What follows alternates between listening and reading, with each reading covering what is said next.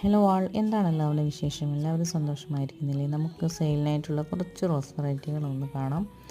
ഇത് 85 രൂപയുടെ pink button റോസും വൈറ്റ് സമ്മർ സ്നോ റോസുമാണുള്ളത്. പിന്നെ നമുക്ക് പീസ് ആൻഡ് ലവ് റോസുണ്ട്, ബേബി പാരഡൈസ് റോസുണ്ട്.